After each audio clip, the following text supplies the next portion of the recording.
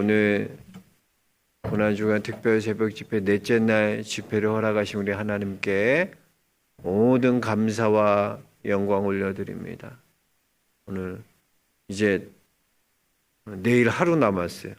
너무나 이 고난주간 애쓰셨습니다. 이 예수님의 고난에 동참하며 우리의 육신을 깨우고 우리의 육을 쳐서 하나님께 복종시키고 이 새벽을 깨우시는 여러분 다 승리자인 줄 믿습니다.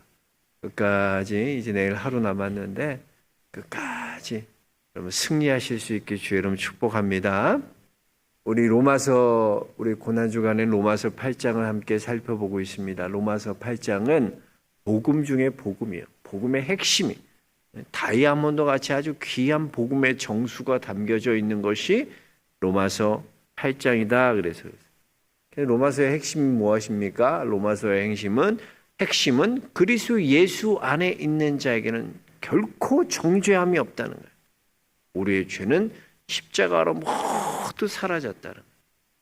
또 모든 우리 인간을 묶고 있는 모든 묶임들이 성령으로 말미암아 우리는 해방되었다. 그래서 한마디로 말하면 이 로마서의 핵심은 십자가와 성령이다 라고 그랬습니다. 이것이 로마서의 핵심이에요.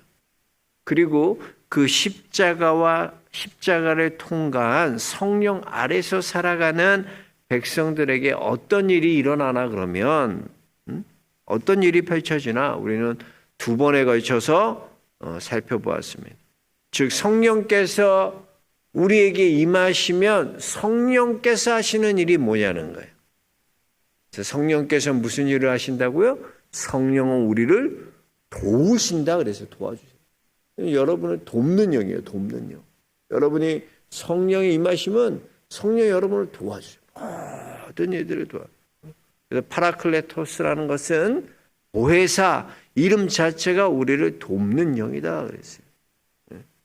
그래서 여러분 성령의 사람은 항상 도울 줄 알아요. 돕는 마음을 갖는. 왜? 성령께서 돕는 영이시기 때문에. 또 성령은 뭐예요? 우리의 생각을 바꿔주신다.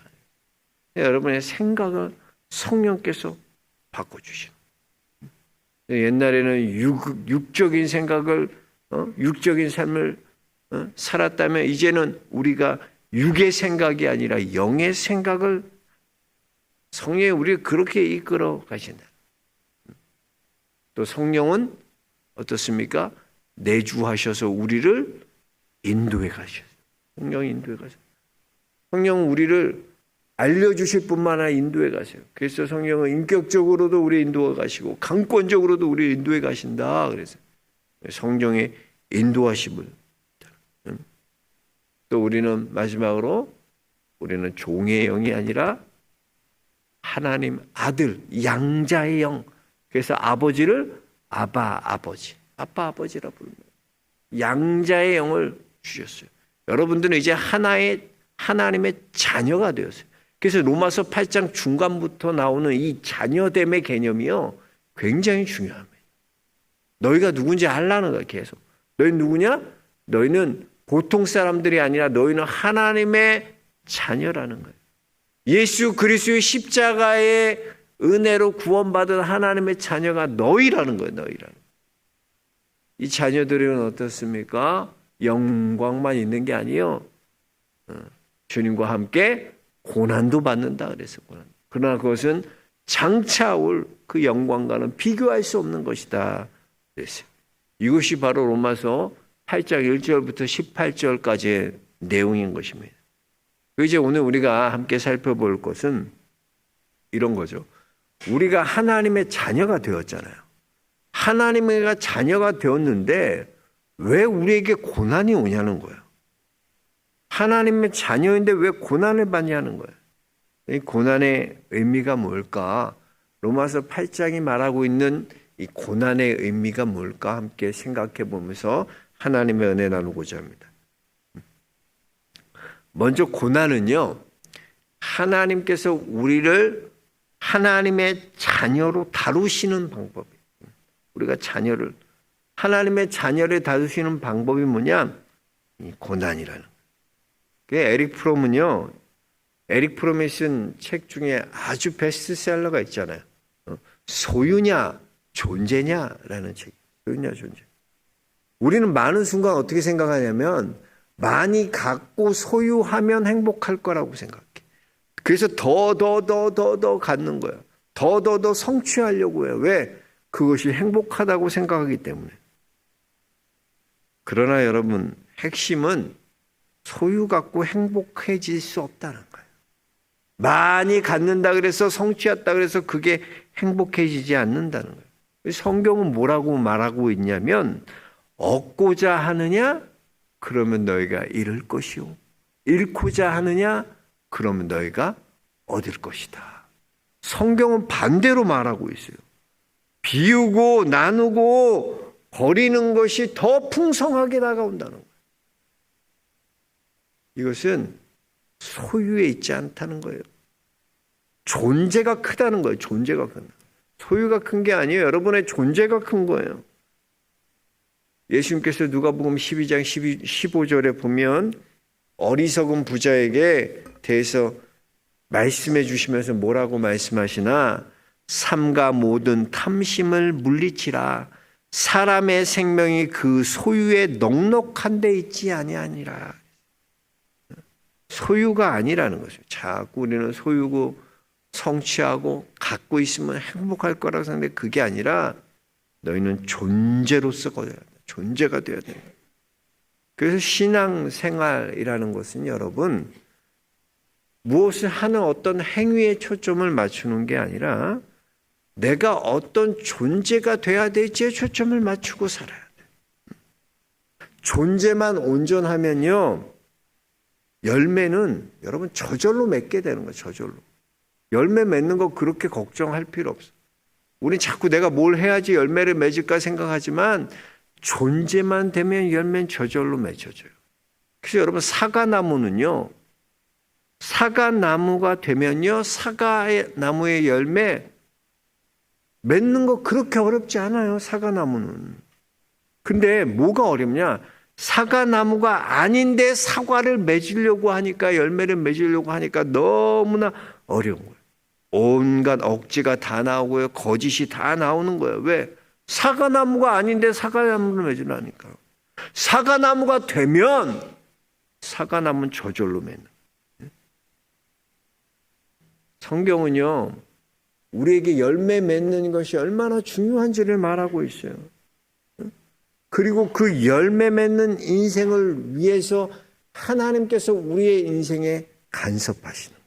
그 열매 맺는 인생을 살기 위해 하나님이 우리 인생에 찾아오셔서 간섭하시는 거예요. 그 열매를 맺기 위해 간섭하시는 이야기가 뭐냐면 우리 눈으로 보기엔 그것이 어떻게 보면 고난 같고 또 어떻게 보면 실패처럼 보인다는 거예요. 고난과 실패는요 하나님의 자녀들이 무너지는 시간이 아니에요. 고난을 통해 내 존재를 변화시키는 시간. 하나님이 우리가 사과나무가 될 수 있도록 포도나무가 될 수 있도록 하나님 우리 변화시켜 주시는 거예요. 간섭해 주시는 거예요. 그래서 고난이라는 이 용광로에 들어가야지 변화돼요. 변화돼요. 사람이 하도 안 변하니까 하나님이 고난이란 방법을 통해서 하나님의 자녀로 만들어 주시는 거예요. 우리 29절 말씀 한번 다시 읽어볼까요? 29절입니다. 하나님이 미리 아신 자들을 또한 그 아들의 형상을 본받게 하기 위하여 미리 정하셨으니 이는 그로 많은 형제 중에서 맏아들이 되게 하려 하심이라 그랬어요. 보세요. 하나님께서 온갖 우리에게 고난을 우리에게 허용하신 것은 그 이유가 어디 있냐? 우리로 아들의 형상을 본받게 하는 데 있는 거예요. 그러니까 여러분 고난을 통해 우리가 고난을 통해서요 하나님이 우리 인생에 간섭하시면요 용광로 속에 우리가 들어가면 변화를 받아요. 변화를 받아요. 그래서 우리의 모습이 예수 그리스도를 닮아가는 모습으로 점점점 변해가는 거예요. 그래서 고난을 통해서 여러분들이 어떻게 되냐? 점점점 얼굴이 여러분의 말이 변하고요. 여러분의 생각이 변하고요. 여러분의 행동이 변해요. 누구처럼? 예수님처럼 점점 예수님 닮아가는 존재가 된다는 거예요. 여러분, 이 고난의 과정은 뭐냐? 점점점 예수님을 닮아가는 모습으로 변화되는 과정이라는 거예요. 욥을 보세요. 욥이 질문이 많잖아요. 이해할 수 없잖아요. 내가 당하는 고난 이해할 수 없어요. 하나님, 왜 내가 이런 고난 당해야 돼요? 그랬던 욥이요, 주님께 고백합니다. 나의 가는 길을 그가 아시나니 그가 나를 단련하신 후에는 내가 정금과 같이 순금과 같이 되어 나아가리라. 그랬어요. 주님이 나를 순금으로 만들어 주셨어요. 변화시켜 주신다는 거예요. 욥이요, 맨날 자기 문제로 사실은 고민하고 질문하잖아요, 하나님 앞에. 나중에 어떻게 되냐면 욥기 42장에 보면요, 욥이요 친구들을 위하여 기도하니 그래요. 맨날 친구들 때문에 싸우고 친구들이 와서 막 변론하잖아요. 네가 네 자녀들 때문에 죄 때문에 아니냐? 네가 하나님 앞에 죄를 지어서 그렇다. 네가 모르는 어떤 죄가 있기 때문 아니냐? 왜? 구약 시대는 다 그랬거든. 죄의 결과로 저주가 온다고 생각했거든. 당연하지. 그렇게 생각하지. 나는 아니다. 난 결백하다. 매 싸웠던 이 욥이요, 나중에 그들을 위해 기도해요. 근데 놀라운 건 그들을 위해 기도할 때 그를 묶여있던 모든 저주가 다 풀리고 놀라운 하나님의 은혜가 갑절로 임하는 역사가 일어나. 하나님이 욥도 변화시켜 주셔. 친구를 위해 기도하는 자로 변화시켜 줘. 자기를 그렇게 억울하게 하고 이랬던 이들을 위해 기도하니까 풀리게 하셔. 여러분, 그래요. 고난이라는 것이 성도들에게 있어서는요, 하나님이 우리를 다루시는 거예요. 뭘로? 여러분 모습이 예수님처럼 예수님 닮아가도록. 그래서 고난을 통과한 사람이요, 더 깊어져. 고난을 통과한 사람이 보면 저 집사님, 저 권사님 그냥 믿음 좋다 이러지만 그분들 다 고난을 통과한 분들이에요. 얼마나 어려운 고난이 있어요. 그 고난을 통해 하나님께서 다루시고 만드시고, 그래서 고백하게 되신 거예요. 오직 나의 나 된 것은 하나님의 은혜였다. 고백하게 되는 거예요. 여러분, 이 고난이라는 것, 하나님은 우리를 다루시는 방법. 여러분, 이 고난을 통해 여러분들의 모습이 점점점 예수 그리스도의 모습으로 변화되기 주의 이름으로 축원합니다. 그리고 우리 두 번째로 생각해 볼 건 뭐냐? 우리 하나님의 자녀들은요, 원망하기를 그쳐야 된다는 거. 원망하기. 고난이 온다고 원망하는 게 아니라 원망하기 그쳐야 돼. 여러분, 인생은요, 견디는 것이 아니라 인생은 누리는 것입니다. 하나님의 모든 섭리 가운데 하나님은 우리를 다듬어 가세요. 이렇게 다듬어 가실 때 때로는 아프기도 하고 또 힘들기도 하고 어렵기도 하고 그런 것이 오는 거죠. 그러나 그것을 누릴 줄 알아야 된다는 거예요. 누릴 줄 알아야 돼요. 여러분, 하나님께서 이 세상의 모든 만물을 우리 하나님이 창조하셨다는 거 여러분 믿습니까? 어떤 것도요, 하나님의 허락 없이는 이루어질 수 없다는 걸 믿습니까? 그렇다면 그것을 받아들일 줄 알아야 돼요. 받아들일 줄. 하나님께서 모든 만물을 친히 다스리시고 오늘도 우리를 주장하고 인도해 가세요. 내주하셔서 인도해 가세요. 그러면 그걸 믿는다면 우리가 겪고 있는 어떤 고난이나 실패나 심지어 아픔이나 나를 괴롭게 하는 이해하지 못하는 그런 일일수록 비록 지금은 내가 잘 모르지만 그것이 의미 없는 일이 아니라는 거예요. 이것을 받아들이면 원망이 사라집니다. 그러니까 받아들이지 못하니까 자꾸 원망할 대상을 찾게 되는 거예요. 내가 이거 하나님이 하신 일인데 이걸 받아들이지 못하니까 부모 때문에 그런 거고 자녀들 때문에 그렇고 누구 어떤 집사 때문에 그런 거 누구 때문에 나중에는 어떠냐? 그거 하나님은 원망하게 돼. 이 상황을 받아들일 수 없으니까 하늘을 원망하고 하나님을 원망. 그 원망의 뿌리는요, 깊이 보면 하나님을 원망하는 데 있어요. 예? 다 보면 하나님이 하신 일인데 그걸 원망하고 있는 거예요. 그러니 우리 안에 감사와 기쁨이 사라지게 되는 거예요. 여러분, 카네기가 이런 말을 했어요. 우리의 인생은 신 레몬 같지만 그걸 달콤한 레몬에이드로 바꾸는 것이 인생이다.